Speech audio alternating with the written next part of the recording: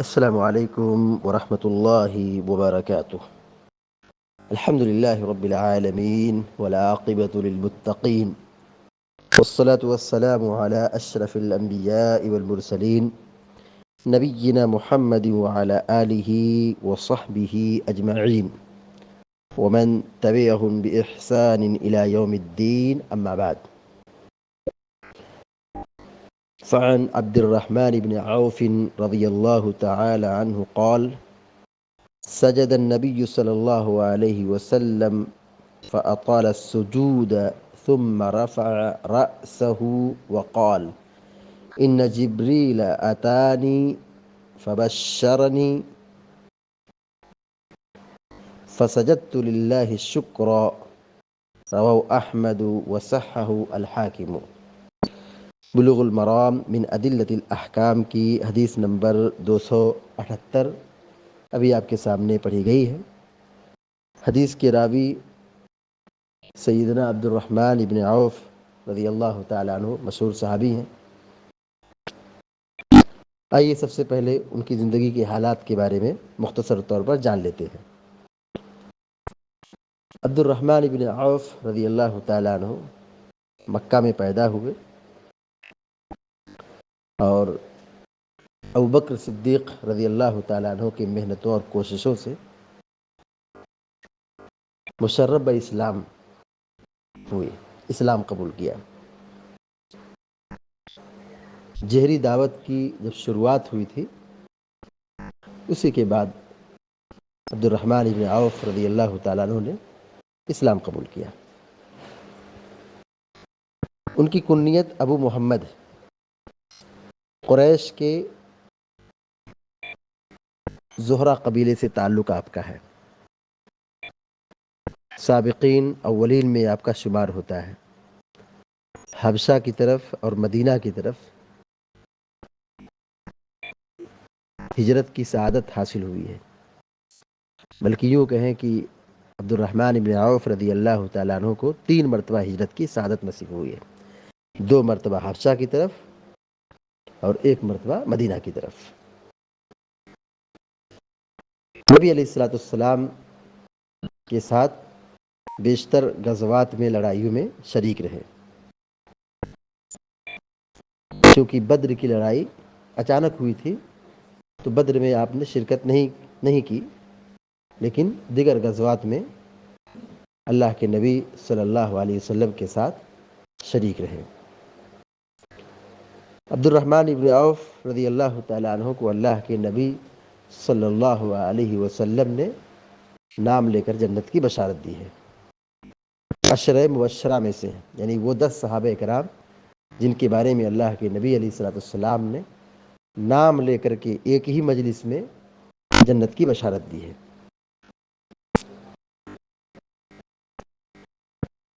عبد الرحمن ابن عوف رضی اللہ تعالیٰ عنہ بڑے مالدار صحابی ہیں۔ ان کی اسلام کی راہ میں بڑی قربانیاں ہیں۔ اللہ نے جیسے ان کو مال سے نوازا تھا، اسی طرح یہ اللہ کی راہ میں بہت خرچ کرنے والے سخی اور فیاض تھے۔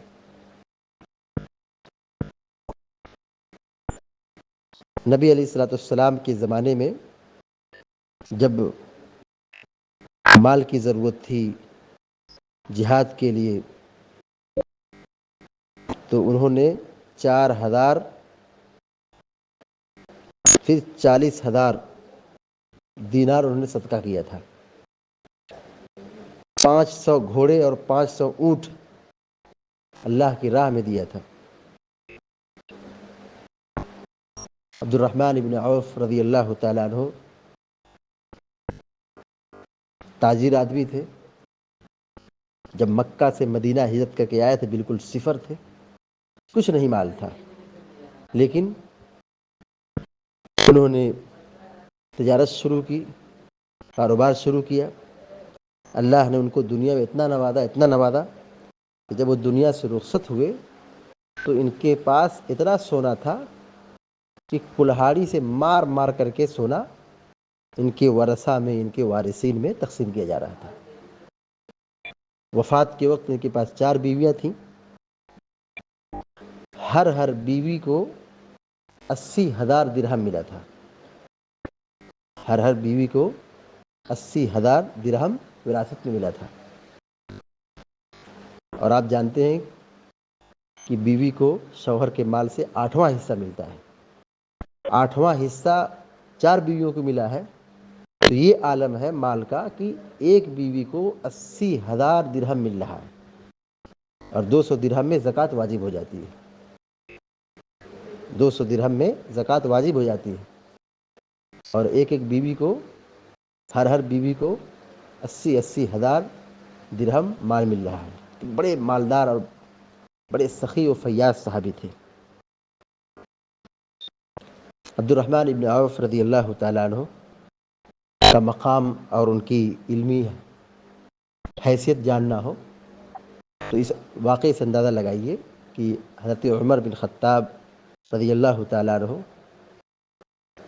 آخری وقت پر تھے، جب آپ کو خنجر مجوسی غلام ابو لؤلؤ فیروز نے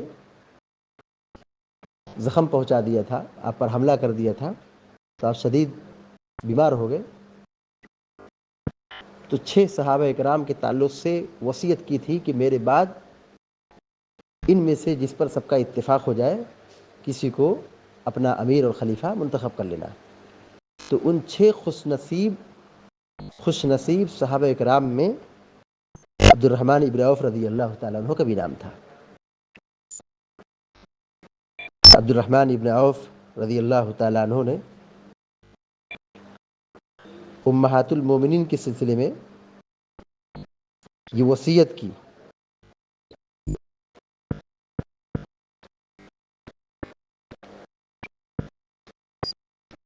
کیا وصیت کی؟ 4 لاکھ دینار، 4 لاکھ دینار یہ امہات المومنین کے درمیان تقسیم کیا جائے۔ 4 لاکھ دینار ازواج مطہرات امہات المومنین کے درمیان تقسیم کیے گئے۔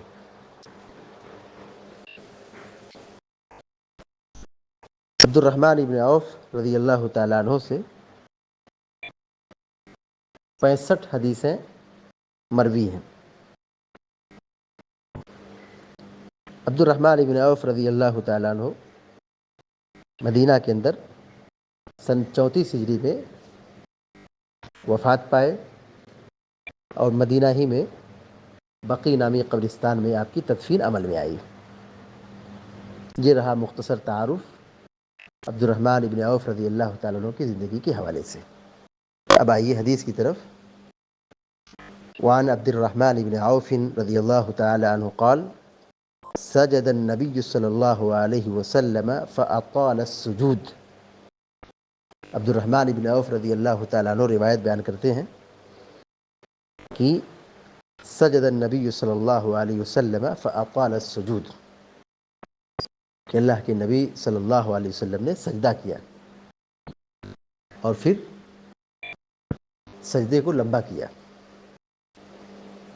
سجد النبی صلی اللہ علیہ وسلم فأطال السجود، سجد مانے سجدہ کرنا، اطال مانے لمبا کرنا، اسی سے طویل ہے، طویل مانے لمبا، اطال لمبا کرنا۔ فأطال السجود، سجدے کو لمبا کیا، یعنی دیر تک سجدے میں جھکے رہے۔ ثم رفع رأسه وقال، پھر آپ نے اپنے سر کو اٹھایا۔ رفع مانے بلند کرنا، اٹھانا، رأس مانے سر۔ ثم رفع رأسه، پھر آپ نے اپنے سر کو زمین سے اٹھایا۔ وقال، اور یہ کہا، ان جبریل اتانی فبشرنی فسجدت للہ شکرا۔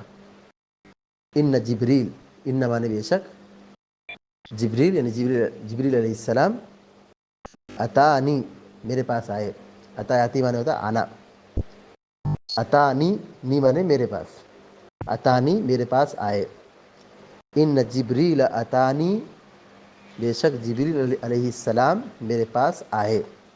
کون کہہ رہے ہیں؟ نبی علیہ الصلوۃ والسلام کہہ رہے ہیں کہ جبریل امین علیہ السلام میرے پاس تشریف لائے. فبشرنی، تو انہوں نے مجھے بشارت دی. بشرا یبشر تبشیر کے معنی ہوتا ہے بشارت دینا، بشارت سنانا، خوشخبری دینا.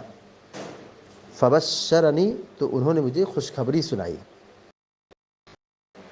فسجدت للہ شکرا، فسجدت، تو میں نے سجدہ کیا، للہ اللہ کے لیے، شکرن بطور شکرانہ، شکر کے. تو میں نے اللہ کا سجدہ کیا شکر بجا لانے کے واسطے، جس کو کہہ لیں سجدہ شکر ادا کیا. رواہ احمد وصححہ الحاکم، اس حدیث کو امام احمد نے بیان کیا ہے اور امام حاکم رحمہ اللہ نے اس حدیث کو صحیح قرار دیا ہے. تو اس حدیث میں اللہ کے نبی صلی اللہ علیہ وسلم کے سجدہ شکر کا ذکر ہے کہ آپ نے سجدہ شکر کیا کب؟ جب جبریل نے آپ کو ایک خوشخبری سنائی، بشارت دی. تو خوشخبری کے موقع پر، اچھی خبر سننے کے موقع پر سجدے کا حکم دیا گیا ہے. تو اللہ کے نبی صلی اللہ علیہ وسلم نے سجدہ شکر ادا کیا. حدیث کا ترجمہ دوبارہ دیکھ لیجئے. وعن عبد الرحمن بن عوف رضی اللہ تعالی عنہ قال، حضرت عبد الرحمن بن عوف رضی اللہ تعالیٰ عنہ روایت بیان کرتے ہیں کہ سجد النبی صلی اللہ علیہ وسلم فاطال السجود، کہ نبی کریم صلی اللہ علیہ وسلم نے سجدہ کیا اور سجدے کو لمبا کر دیا. ثم رفع رأسہ، پھر اپنے سر کو سجدے سے اٹھایا اور یہ کہا، آپ نے یہ فرمایا، ان جبریل اتانی فبشرنی فسجدت للہ شکرا، بے شک جبریل علیہ السلام میرے پاس تشریف لائے اور انہوں نے مجھے خوشخبری سنائی. فبشرنی، مجھے بشارت دی. فسجدت للہ شکرا، تو میں نے اللہ کے لیے سجدہ شکر ادا کیا، اللہ کے واسطے، اللہ کی رضا کے واسطے میں نے سجدہ شکر ادا کیا. رواہ احمد وصححہ الحاکم، اس حدیث کو امام احمد بن حنبل نے روایت کیا ہے اور امام حاکم رحمہ اللہ نے اس حدیث کو صحیح قرار دیا ہے. تو یہ حدیث اس بات کی دلالت، اس بات کی رہنمائی کرتی ہے، یا اس حدیث واضح کرتی ہے کہ سجدہ شکر ثابت ہے.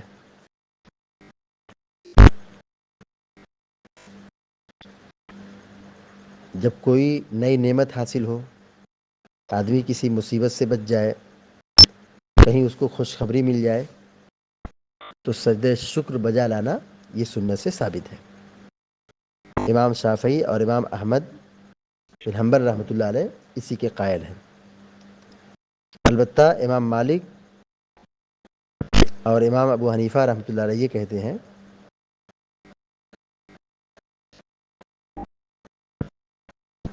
کہ نہ یہ عمل اچھا ہے اور نہ یہ عمل برا ہے. یعنی امام مالک اور امام ابو حنیفہ رحمۃ اللہ کیا کہہ رہے ہیں کہ سجدہ شکر بجا لانا یہ نہ کوئی اچھا عمل ہے اور نہ برا عمل ہے.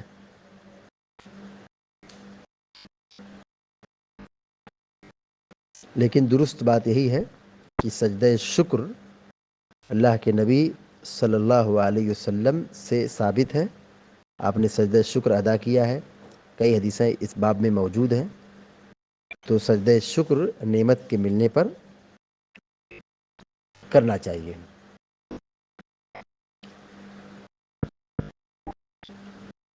سجدہ شکر یہ نماز کے اندر نہیں ہے. جیسے سجدہ تلاوت ہے تو آدمی نماز میں بھی سجدہ تلاوت کر لیتا ہے، لیکن سجدہ شکر یہ نماز کے اندر نہیں ہے، نماز کے باہر ہے. بعض فقہا نے یہ کہا کہ اگر کوئی شخص عمدن نماز میں سجدہ شکر ادا کرتا ہے تو اس کی نماز باطل ہو جائے گی. دیکھیے حدیث میں سجدہ شکر کا ذکر ہے، نماز کا کہیں ذکر نہیں ہے. تو شکرانے کے طور پر کوئی نماز نہیں ہے، بطور شکرانے کے نماز نہیں ہے. نعمت ملنے پر بطور شکر سجدے کا ذکر ہے، تو سجدہ کرنا سنت سے ثابت ہے، اور شکرانے کی نماز پڑھنا یہ ثابت نہیں ہے. نبی صلی اللہ علیہ وسلم کو بشارت دی گئی اور آپ نے سجدہ شکر ادا کیا. تو یہ کون سی خوشخبری اور بشارت تھی؟ احادیث میں اس کی وضاحت موجود ہے. مصنف ابن ابی شیبہ کی روایت ہے کہ اللہ کے نبی صلی اللہ علیہ وسلم کو جو بشارت دی گئی تھی وہ یہ تھی کہ نبی کریم صلی اللہ علیہ وسلم پر جو ایک مرتبہ درود بھیجے گا، اللہ تعالیٰ اس پر 10 رحمتیں نازل فرمائے گا اور اس کے 10 گناہ معاف کر دے گا. یعنی درود شریف کی فضیلت بیان کی گئی، درود شریف کی فضیلت بیان کی گئی کہ جو نبی علیہ الصلوۃ والسلام پر ایک مرتبہ درود بھیجے گا تو اس پر اللہ کی 10 رحمتیں نازل ہوگی اور 10 گناہ اس کے مٹائے جائیں گے. تو یہ بشارت جب آپ کو سنائی گئی تو آپ سجدہ شکر میں گر گئے، اللہ کا سجدہ شکر ادا کیا، یعنی اللہ کا شکریہ ادا کیا. تو اس حدیث سے ایک نقطہ یہ بھی معلوم ہوتا ہے، اگر کوئی نعمت چاہے مادی ہو یا معنوی ہو، حصی ہو یا ظاہری ہو، اگر وہ نعمت ہے تو اس نعمت کے ملنے پر سجدہ شکر یہ ثابت ہے. بس شرط یہ ہے کہ وہ نعمت کیا ہو؟ نئی نعمت ہو.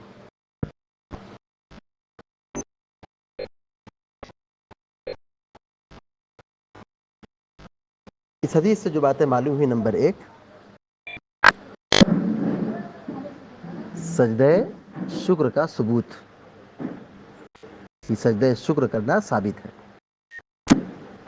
دوسری بات یہ معلوم ہوئی کہ سجدہ شکر کے لیے طہارت شرط نہیں ہے. جیسے خوشخبری ملی، جیسے نعمت ملی، فوراً سجدے میں جانا ہے، وضو ہو یا نہ ہو، یہ شرط نہیں ہے. جیسے ملے گی خوشخبری ویسے سجدے میں جھک جائیں گے، یہ سجدہ شکر کہلاتا ہے. یعنی سجدہ شکر بالفور ہے، اس میں تاخیر نہیں ہے. تیسری بات یہ معلوم ہوئی، فرشتوں کا ثبوت. جبریل علیہ السلام فرشتے ہیں اور یہ اللہ کی مخلوق ہے، تو فرشتے کا وجود برحق ہے.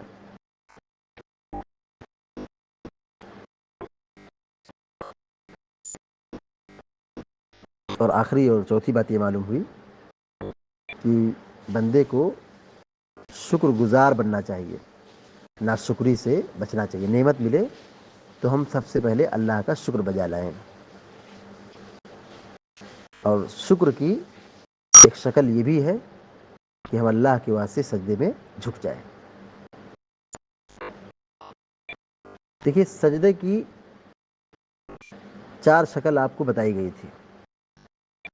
ایک سجدہ تھا نماز کا جس میں 2 سجدے ہیں،